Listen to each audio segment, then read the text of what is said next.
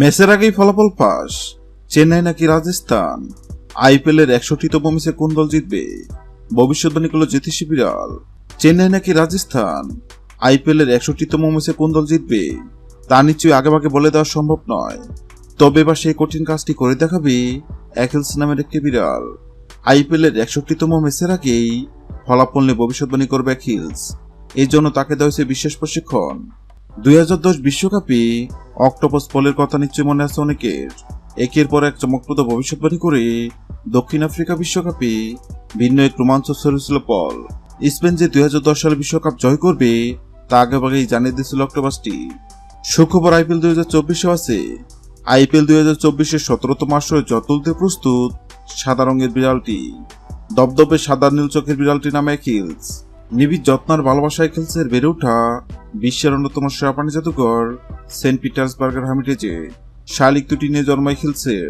সৃষ্টিকর্তা তাকে দেননি শোনার ক্ষমতা, তবে আছে তীব্র অনুমান শক্তি। তা দিয়ে চমক দেখাতেছে বিড়ালটি। কিন্তু কিভাবে? আইপিএল এর 61তম ম্যাচ চলাকালীন অ্যাকিলসের সামনে 2 পাত্রে খাবার রাখা হবে। পাত্রের সঙ্গে লাগিয়ে রাখা হবে 2 দেশের পতাকা।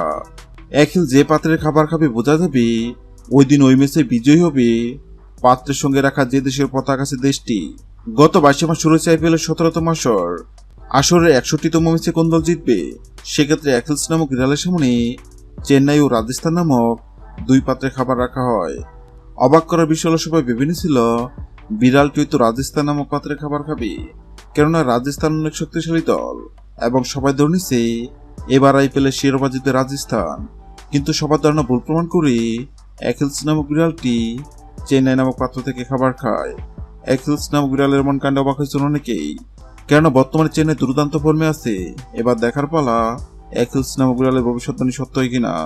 হ্যালো বন্ধুরা, আপনাদের কি মনে হয় আইপিএল এর 61তম ম্যাচে চেন্নাই নাকি রাজস্থান কোন দল জিতবে? অবশ্যই কমেন্ট করে জানাবেন। ভিডিওটি ভালো লাগলে লাইক দিবেন এবং সাবস্ক্রাইব আমাদের চ্যানেলের সঙ্গে থাকবেন। ভিডিওটি দেখার জন্য আপনাকে অসংখ্য ধন্যবাদ।